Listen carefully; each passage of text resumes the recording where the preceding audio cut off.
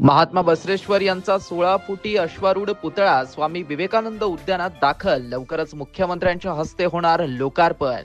हडको परिसरातील स्वामी विवेकानंद उद्यानात बसवण्यात येणारा महात्मा बसवेश्वरांचा 16 फुटी भव्य अश्वारूढ पुतळा शुक्रवारी मोठ्या उत्साहात भव्य मिरवणुकीद्वारे दाखल करण्यात आला.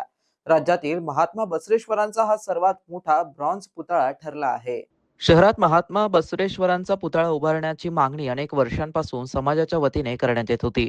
त्यानुसार महापालिकेने स्वामी विवेकानंद उद्यानात जागा अंतिम केली. दरम्यान 1.5 वर्षांपासून या पुतळ्याचं काम चिकलठाणा येथील महिलगेकर आर्ट गॅलरीमध्ये सुरू होतं. पुतळ्याचं काम पूर्ण झाल्याच्या पार्श्वभूमीवरती शुक्रवारी शिवसेना उद्धव बाळासाहेब ठाकरे पक्षाचे नेते चंद्रकांत खैरे, महापौर समीर राजूरकर, उपमहापौर राजेंद्र जंजाळ, स्थायी समिती सभापती अनिल मकरिये, मनपा आयुक्त जी श्रीकांत, शिवसेना शहर प्रमुख बाळासाहेब थोरात, नगरसेवक सचिन खैरे, राज वानखेडे, शिवाजी दांडगे, सुनीता सोनवणे, राहुल सोनवणे, विश्वनाथ स्वामी, शोभा बुरांडे, वरईराज मंगरुळे, ज्ञानेश्वर खडे, निरंजन मडिगेळकर, सचिन संगशेट्टी, दीपक उरगुंडे यांच्या उपस्थितीत पुतळ्याची पाहणी करण्यात आली.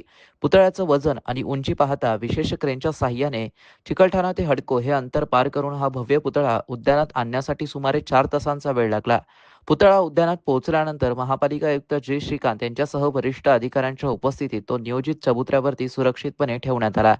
लवकरच या पुतळ्याचं अनावरण केलं जाणार असल्याची माहिती समाज बांधवांकडून देण्यात आली आहे.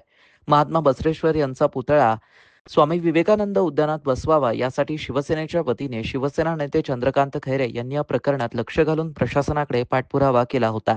तत्कालीन आयुक्त अस्तिकुमार पांडे, त्यानंतरचे आयुक्त तथा प्रशासक जी श्रीकांत यांनी पुतळा बसवण्यासाठी बैठका घेतल्या. अखेर या प्रयत्नाला यश आल्याने शिवसैनिकांनी आनंद व्यक्त केला आहे. मित्रांनो, ही बातमी तुम्हाला कशी वाटली आमच्या कमेंट बॉक्समध्ये प्रतिक्रियाच्या स्वरूपात नोंदवायला विसरू नका. अशाच बातम्या बघण्यासाठी आणि अपडेट राहण्यासाठी आमच्या YouTube चॅनलला सबस्क्राईब करायला विसरू नका. धन्यवाद.